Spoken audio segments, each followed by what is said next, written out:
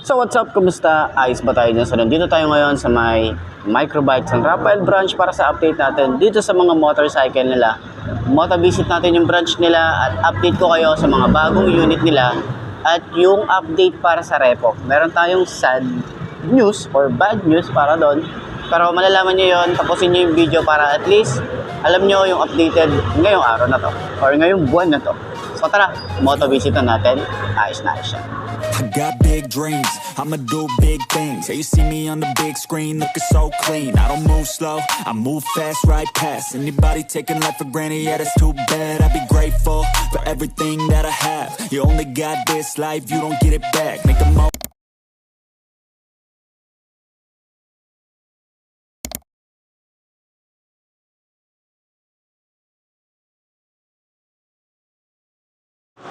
So ayun na nga, kainitan. So nandito tayo ngayon sa may Microbike. So ito yung mga repo nila, pero mamaya update ko kayo para dito. Dahil meron tayong bad news or medyo lang naman para dun sa mga bumibili ng repo. Pero ayun na nga, papakita ko sa inyo yung mga brand new nila dito. So dito sa side, meron din tayo ritong EXC 110. Okay, version 2. So ayan, meron din tayo ritong matte finish na kulay black, and then meron din tayong EXT 125 na 5-speed CDI. So sa mga update na bagong dumating ngayon, meron din sila ritong tawag dito EXU 110. Ayan, so underbone, baka naghahanap kayo ng ganitong motorcycle, available sa kanila rito, and ang presyo nito ay 43,000. And ang kanilang down payment ay 3,000 sa months niya. Screenshot nyo na lang din yung kanilang months, 12 months, 24 months, and 36 months. Ayan. So, meron ka ng ganitong motorcycle, underbone, 110cc, tsaka maporma. Okay, para siyang Raider type yung datingan niya. Ayan. So, para naman sa ang tawag dito, EXO 150, yung FI nila. Ayan, meron silang 58,000. And 8,000 yung kanyang down payment. Ayan. So, sa 12 months, 24 months, and 36 months, meron din tong rebate na 300. Sa Nico Abruzzi naman, meron tayong 85,000. 10,000 yung down payment. Meron tayong 12 months, 24 months, 36 months. Ayan. So, available po yan. Nang isang unit din dito, baka trip nyo or may gusto mong bumili. Then, yung EXO 150i. Okay. Yan. So, meron silang kulay black dito. And then, kulay blue. So, medyo kakaibang color variant ton. Okay. So, dito naman sa side, meron din tayo rito mga pang tricycle. Mga 150cc. And then, 125cc. Sa 150cc, 45,000. And then, 3,000 yung kanyang down payment sa 12 months, 24 months, and 36 months. So, dito rin, meron din tayong HDC 150, meron tayong 47,000, 5,000 yung kanyang down payment. Ayan. So, sa months niya, sa 36 months is 2225. Ayan. May rebate din niya, 300. Dito naman, meron din tayong EXT 125, may 42,000, may 3,000 na down payment at 12 months hanggang 36 months ang available terms nila. Ayan. So, same lang din doon. And then, marami na naman silang available dito. Ito yung mabenta nila. No? Katulad nito.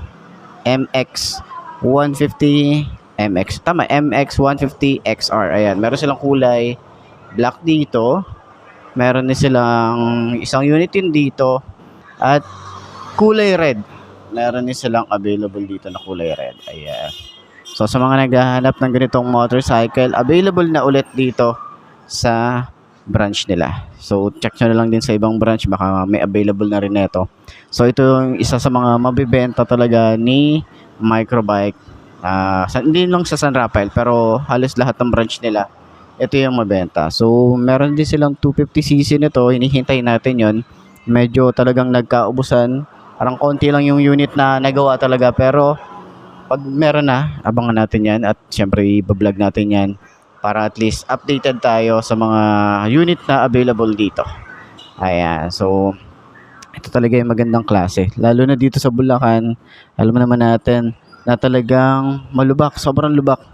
So, yun yung ano ko nga, yung motor ko medyo may problema dun sa T-post. Medyo, alam mo yun, yung bearing niya laging basag. Yun. Siguro dahil dun sa mga nabibili ko na aftermarket parts. Hindi siguro talaga matibay. So, dito naman, no, update para dito sa ating mga repo. Ayan, update dito. Okay, so ngayon, yung LTO kasi meron silang parang memorandum or meron silang memo pagdating sa mga repo. So, yung pagbebenta nila ng repo ay naka-hold. Okay? So, naka-hold yung mga repo nila rito. So, hindi na natin papakita yung mga presyo kasi nga naka-hold yung kanilang mga repo. So, dahil nga doon sa batas na pinatupad ni LTO regarding sa mga second hand na hindi lang sa motorcycle, lahat ng second hand na sasakyan ay kailangan mapa-transfer na dun sa talagang may-ari or totoong may-ari na. Kunyari, bumili kang second hand, at least dapat sa'yo nakapangalan na yun. Pag hindi nakapangalan sa'yo, ay magmumulta ka. Hindi ko alam kung magkano, hindi ako sure kung magkano yung penalty nila. Pag nakita ka sa checkpoint or nahuli ka ng LTO na hindi sa'yo nakapangalan yung sasakyan. Okay. So, yun lang yung bad news or sad news para sa mga repo natin na nakabili na. So, kailangan nyo mapatransfer yan sa mga sarili nyong pangalan, okay?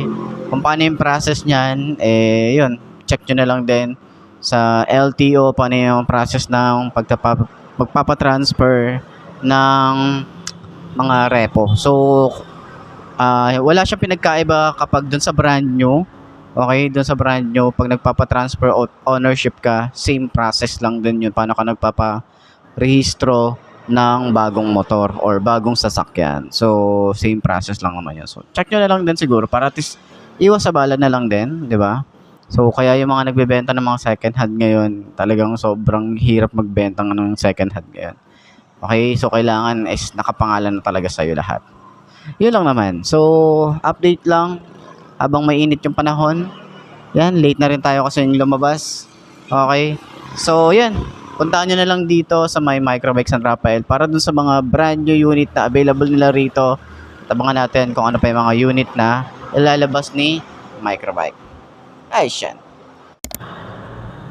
So, ayun na nga mga boss, no? Ito na ba ang motor na babagi sa'yo? Kung ito na nga, ay markahan mo na at mag-subscribe ka na sa aking YouTube channel. I-click mo na rin yung notification bell para updated ka sa lahat ng videos na upload natin. Dito araw-araw, so lagi tatandaan, wala sa brand ng motor ang itatagal yan. Kundi na sa pag-aalaga mo yan, tatagal yan, ayos na ayos yan. So, kita ka na lang ulit tayo bukas. I'm Mark D. Ciao. Maraming salamat sa inyo. Sa Bush. Aha.